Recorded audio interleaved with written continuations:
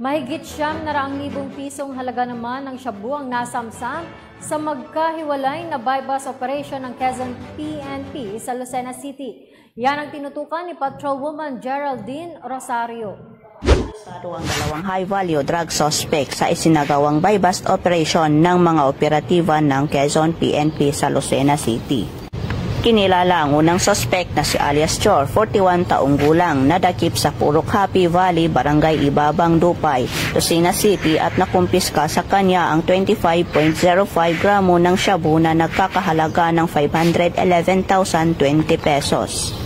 Samantala, sa Purok Central, Ilaya, Barangay Kanlurang, Mayaw, nahuli ang pangalawang suspect na si alias Boris, 27 taong gulang, na kumpiska naman sa kanya ang 20.03 gramo ng shabu na nagkakahalaga ng 408,612 pesos. Sa kabuuan, tinatayang 45.08 gramo ng shabu ang nakumpiska sa dalawang suspect na nagkakahalaga ng 919,632 pesos.